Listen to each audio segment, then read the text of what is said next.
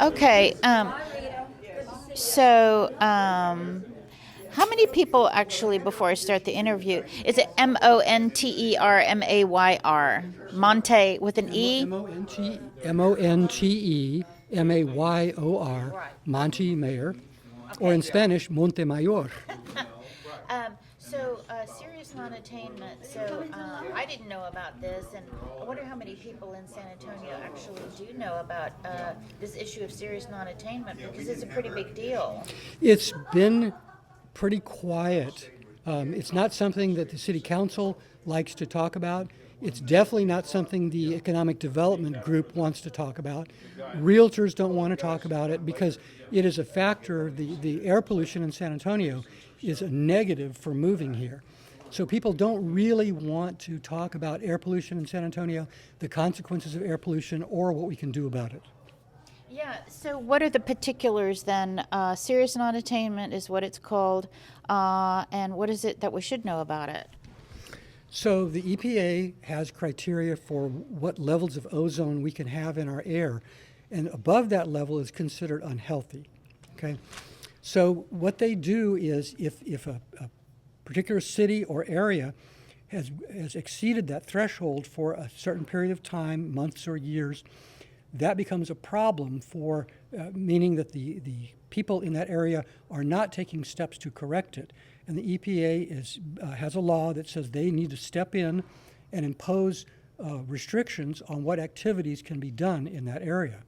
So for instance, for San Antonio, one of the things they might propose and enforce is having to do emissions testing on automobiles, which will affect everybody who drives a gasoline or a diesel vehicle. It won't affect the people who drive electric vehicles because there's no immediate emissions from the electric vehicles. Right. So we may all have to pay more to get our state registration sticker as a result of EPA imposing those limits on ozone. So, because we do often have a bad air quality day, Mm-hmm. and I remember seeing a video some years ago, and it colored in purple the bad air that we don't see because we don't see air, and there's quite a significant amount of it. What is it? What are the particulates? What are the particulates? What makes up the particulates, the PM measure? So air pollution can contain many different elements. One of them is particulate matter. Particulate matter, Right. Okay. PM, particulate matter comes in all sizes of particles, from less than 2.5 microns all the way up to, chunks of that you can see. If you can see it coming out of, let's say, the back of a diesel truck, Yeah. okay, that's very likely the very large particles. Okay. That's not the one that we're super concerned about. We're concerned about the very small particles that we breathe into our lungs. We don't even know that we're breathing it per se. Yeah, that's why they highlighted it in purple. Right. That's the PM 2.5 and lower, Okay. 2.5 microns or lower, Okay. that actually goes down and gets stuck in our alveoli, inside our lungs. And the issue with that particulate matter is that it absorbs a lot of the partially burned hydrocarbons and stuff from internal combustion engines. And those are carcinogenic, mutagenic, teratogenic, et cetera. So that can be very bad for people if you get a lot of that in your lungs. I would say so. So is ozone and pollution, what are they? They're not one and the same. No, Yeah. they're What- quite distinct. Ozone pollution is a gaseous pollution. Okay. Okay, that is essentially an activated oxygen molecule that goes in and reacts with your lungs and your blood in a negative way. The people who are most susceptible to ozone levels are people who have asthma. And so what you find is that children, old people, and people that have bad asthma will go out on a high ozone action day and really have trouble breathing. Yeah. So that's the main issue. And then pollution is something separate. Well, it's all, Pollution is just all the dirt in the air you shouldn't be breathing. Or well, pollution is the catch-all term. Yeah. For particulate matter, gaseous stuff, Okay. for NOx, Okay. for partially burned hydrocarbons. Yeah. For all so the things in the air that are bad for humans, it's fine for Venus if it had lots of pollution, but it's because we have human beings and mammals who breathe. Well, unfortunately, That's why we our should- lungs act as big filters. Yeah. Okay, and they take in the air, whatever's in it, the lungs are going to absorb it to some extent, and then we will be the recipients of that. Yeah, So and not to mention cancer rates are just off the charts now, and people get lung cancer. take care. People get lung cancer and having never smoked. Yeah, and there's areas where air pollution is substantially worse.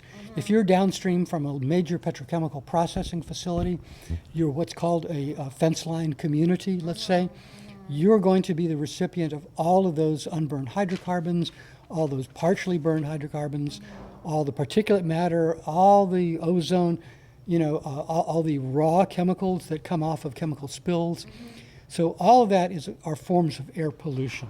So air pollution is kind of a catch-all term. And so what does San Antonio specifically must do this year to avoid this non-attainment, which is a federal penalty? Federal penalties. What are some of the things we have to do? So there's a lot of things we should do and can do, but aren't necessarily doing. Okay. Because we don't have the political will to do them. Yeah. Number one is to get rid of coal generation in San Antonio. Okay. That's a huge one. Yeah. That generates particulate matter, it generates ozone, it generates radioactive elements in the air that we're all breathing. And CPS Energy does have a plan to do that in 2027, but the federal administration is doing everything they can to extend the life of coal. That's going to be a bad thing for San Antonio if they do extend the useful life of that. Yeah. And we are lobbying CPS Energy to continue the closure of that coal plant. Okay. The same thing for natural gas, to a smaller extent. Natural gas is a less carbon-intensive fuel, so it doesn't cause quite the greenhouse gas generation that coal does. Okay. But regardless of that, it still generates nitrous oxides, Okay. and it still contributes to ozone in San Antonio. Okay. There's a large number of polluting vehicles on the road in San Antonio. A tiny percentage of those vehicles are causing the majority of the problem. Odd that we would willy-nilly remove inspection stations. There's always money behind it, I think. Yes, that's a political move Yeah. that was done by the state of Texas. I don't know all the reasons for doing it, but the federal government may well mandate, like I said, emissions inspections for gasoline and diesel vehicles as a result of the ozone standard. But by the same token, the federal administration right now is trying to lessen the effect of all of these rules that the EPA has. So Yeah, it may I be saw that they'll be attacking the ozone rule next. Yeah. We don't know. Because it doesn't matter even the particulars of any of these things. It's always when you have this administration in office, it's all about the money, regardless of what it is that they're up to, whatever change. That's why I am quite sure that the removal of which were businesses for people, of the inspection, places, it's always money. Sure. I mean, it's Yeah. a reduction in safety and mitigation of welfare for people and for money. It's every single thing they do. It's always about that. Well, it's even more basic than just money per se. It really has to do, in my opinion, with the establishment of different businesses, whether it's a small business or a large multinational corporation. They have what's called a profit stream. And that profit stream has been established over many years. It's evolved, and they're making money off of these profit streams. And they're very hesitant to give up the income from those profit streams if something like solar energy comes along and shifts away Yeah. from natural gas, let's say. Even though moving from natural gas to solar energy might be better for the people, it's going to severely affect someone's established profit Yes, stream. exactly. Okay, Exactly. so that's an element of greed that, these companies are out for the bottom line. They're not necessarily there for the benefit of humanity. Exactly. The next question about the Marvel tax, city scale back the climate. I mean, I do use AI, and it helped me fashion these questions. Scale back climate-ready neighborhoods. I didn't know that was such a thing. Climate-ready neighborhoods. Huh? So we are going to be working on the Climate Action and Adaptation Plan, CAAP. Those meetings are just starting up. I sit on a committee that actually gives advice to the group that's formulating the action plan Okay. for what we are going to do as a city to address climate change. What is a climate-ready neighborhood? I didn't know we had them. So there are so many aspects to this that we could start into it at any particular junction. Okay. A climate-ready neighborhood would be one where the developer actually makes their homes ready for solar panels and ready for electric vehicles. Okay. They establish infrastructure such that bus service to that community is very easily available. Okay. They make it a more walkable community. Right. They make it to where it will not absorb a lot of solar energy and create more of a heat island effect within that community. There are so many things we could be doing for new developments and stuff that make those developments more sustainable, either from a climate action standpoint, a quality of life for the people. But again, that gets into the profitability of how a neighborhood goes in. Is the city of San Antonio scaling back provisions or pressures to make climate-ready neighborhoods? What's the Okay, there's conflict? there is at the city level there is a competing element in all of these climate action adaptation plans, and typically that has to do with the established infrastructure, the people who develop the established infrastructure. That's the realtors, that's the builders, that's the road builders, that's the apartment people who construct apartments. It's the people who have a certain way of doing business that don't want to change that way of doing business for the good of humanity. They want to change their business only if it's going to net them more money. Okay, so these are the sorts of things going on at City Hall that we don't necessarily see. Yeah, these are the backroom discussions at all of the development community, the Chamber of Commerce. All these discussions take place on a regular basis with our politicians and affect the way policy is established. It's really unfortunate. We try to counter that by going and speaking, in front of City Council and from SAW, CPS Energy, and trying to get them to establish sustainable policy. Okay, climate-ready neighborhoods, okay, so, but there is such a program that there is a move towards climate-ready neighborhoods, but then there are always opposition forces to it. Yeah, and I have not heard climate-ready neighborhoods That's what mentioned AI in San popped up. Antonio. Right, okay. I haven't heard that mentioned in San Antonio. Something but about Marvel tax, but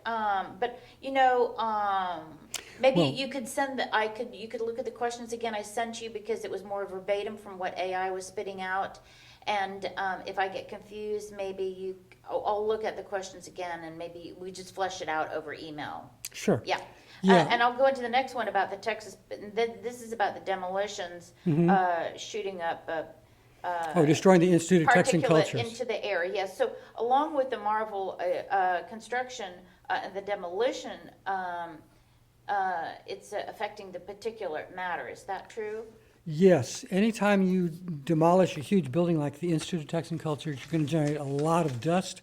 And unfortunately, the poor people who live close to there are the people who are the recipients of all of that air pollution. I think it was really unfortunate that we lost that building, the Institute of Texan Cultures. It was a great place to take people and show them the history of Texas. Yeah. It's gone. To me, Project Marvel is strictly an economic development thing. There's going to be a small number of people in San Antonio who get rich off it, and to me, it's not really going to add a lot to San Antonio. So I am anti-Project Marvel. I would much rather see those same amounts of money used to help the poor, to help people pay their CPS Energy and their SAWS bills, rather than going to bringing more people into our city and more commerce. I really call that growth at any cost. Yes. And I think that's such a sad thing that we are talking about those kinds of things rather than gross national happiness, let's say. Yes, I Okay. know, I understand. Because question 5 is Project Marvel during an air quality crisis. If we are in an air quality crisis, the demolition and then the construction of these two, that's sort of going to affect it. Yeah. Project Marvel is going to generate it's going to take a lot of energy, a lot of resources, a lot of water to make Project Marvel a reality. The potential benefit to San Antonio has to do, I think, with the tourist industry It has to do with hotels making more money. It has to do with venues making more money. People like to make it about the Spurs and stuff. I don't think it's really about that. I think it's more about economic development than about keeping the Spurs happy, per se. Yes, and the last question I have written down, mean radiant temperature, heat island effect from increased development. Yeah, we could talk about that ad nauseum. Yeah, The heat island effect is real. It's Yeah. here in San Antonio. You can watch it on the radar as storms blow through, as rainstorms blow through. You can literally see the rain parting and moving around San Antonio because I didn't know why Oh, that yeah. would happen all the time. Yeah. You'd look up and be so angry because it didn't fall. right, because the rising heat actually makes it harder and evaporates more of the rain and pushes the clouds aside because that upwelling of hot air. That explains a lot to a lot of people who are also confused. It really does. The heat island effect is real. It's affecting us, and unfortunately, it affects the poor the worst. The wealthy, the people that have resources, can simply turn their thermostats down a few degrees, and this increased number of days over 100 degrees Fahrenheit has very little effect on them.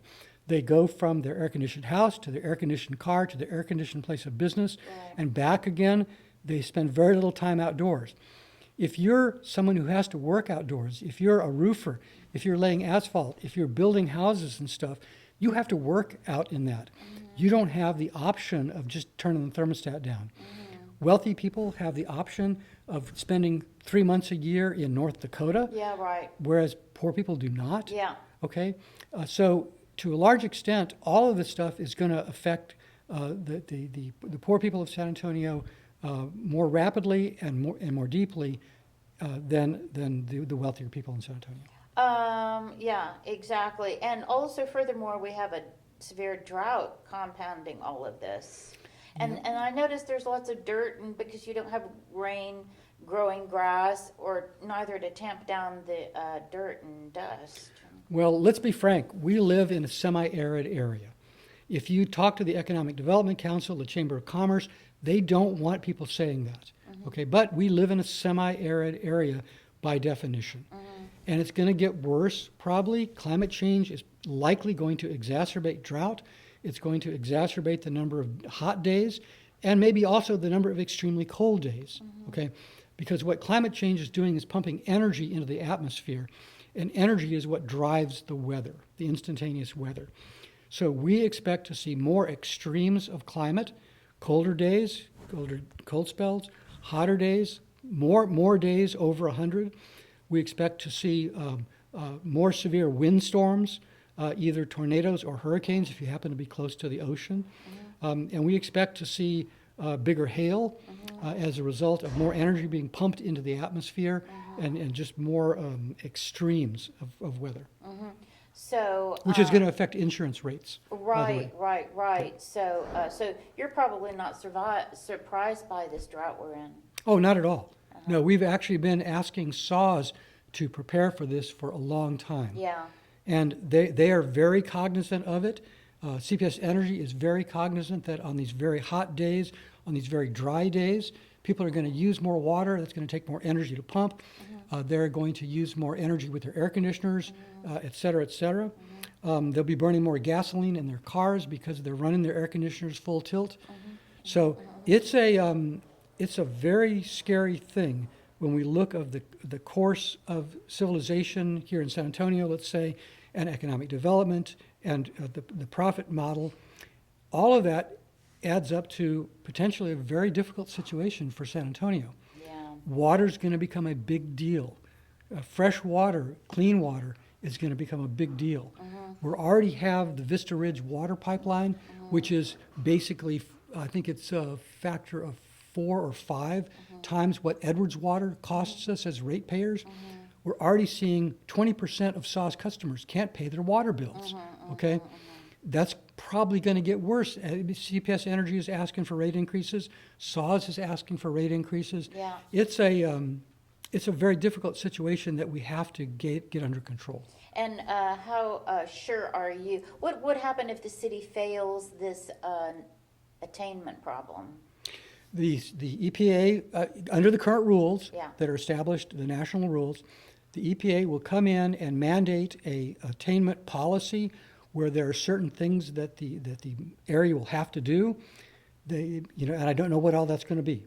It's definitely going to be the checking the emissions on cars. It might be other things as well that are going to add to the cost of doing business in San Antonio, or minimize tourism or something else. Because you're sort of paying in the back end. It's always best to pay your paying up front rather than at the back end. It seems like when the city is putting this off or not complying or... Well, we're trying to get the city to implement building codes that are going to lend itself to sustainable development. Okay. That is a long-term process. Hi. We face a lot of people pushing back against us Yeah. because they don't want to make homes ready for solar. They don't want to make them ready for electric vehicles. They don't want to change their business model. It's funny how, so the EPA will come in and start, Mandating that. yeah, okay. Yep. I thought that San Antonio was more progressive than that. San Antonio has a very progressive element. They also have a very conservative element Okay, that is the because, business we community. talked at Sunday, which I covered for the magazine, which was published, some months ago. And, you had a CPS guy there in Nuremberg.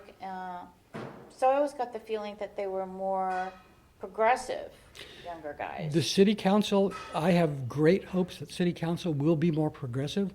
There are people on the city council that are young, that care about the future Yeah. of San Antonio. I think the mayor is potentially going to be very good for San Antonio. Yeah. We usually have a more advanced progressive mayor. Hardberger was, And we're also seeing more women Yeah. on our boards, Yeah. which I think is wonderful because to me, women have a much longer outlook on society Okay. and children Yeah. and what we want for the future. right. So, But nonetheless, the conservative factions who are also at City Hall, you say, are the ones dragging the city back. yeah, like I said, it's the economic development Yeah, community. They don't even okay. go by that name anymore. The Chamber of Commerce, the Realty Board, the Greater San Antonio Building Association. All these are elements that have vested interests in maintaining the status quo and not moving forward to more sustainable technologies. Sprinting ahead, yeah. Right. I can't think of anything else. Okay.